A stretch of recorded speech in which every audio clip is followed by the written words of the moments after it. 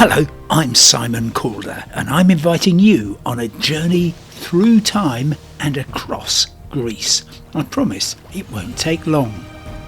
This trip takes you from one side to the other of the original Isthmus, the Greek name for a neck of land that's become synonymous with similar geographical features from Panama in Central America to Suez in Egypt. And like those two celebrated locations, this one has a canal through it that links two seas and saves an incredibly long voyage. The canal connects two gulfs, which themselves are small fragments of the Mediterranean, the Gulf of Corinth, where I'm starting, and the Saronic Gulf at the other end, or to make it more grand, the Ionian Sea and the Aegean Sea. The Corinth Canal might not be on the same scale as the Panama Canal nor the Suez Canal, but it's a heck of a lot older. The ancient Greeks knew that carving a canal through the 4-mile isthmus, that's about 6.4 kilometres, would transform transportation.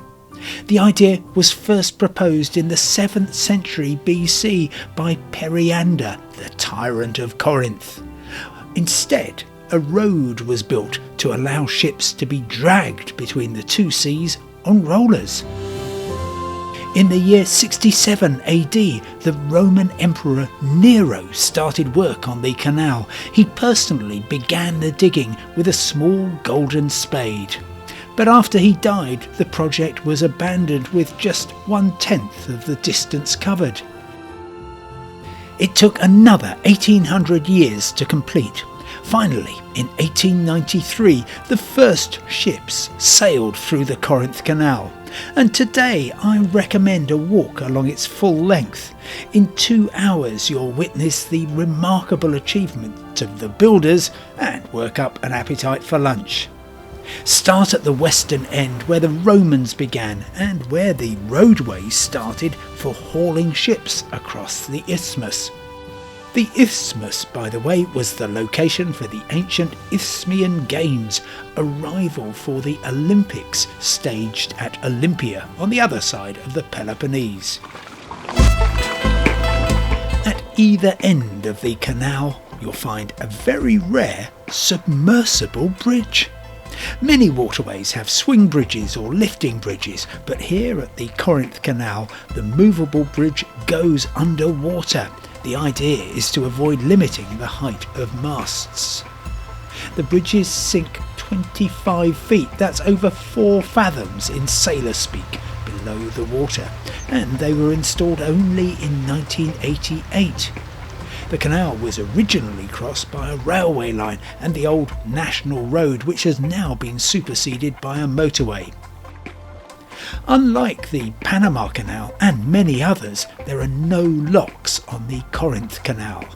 The builders carved a watercourse through hills that rise to over 170 feet or 52 metres.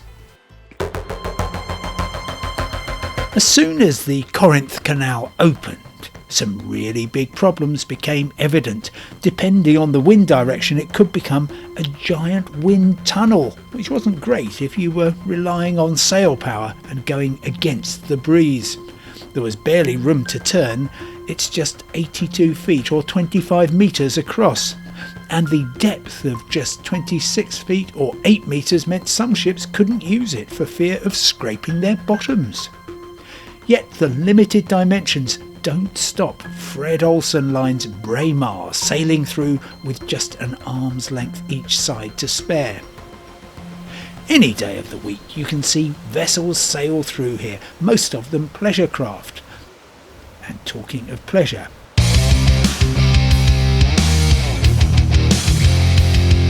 Zulu Bungee invites you to take one giant leap.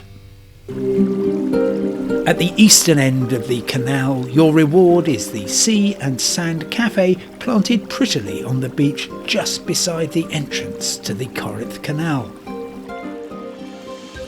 I hope this journey will entice you here too, to view a waterway linking two seas through the original Isthmus. I love this place. In terms of a location, I wish it could be Isthmus every day. Thanks for watching. I'm here all week.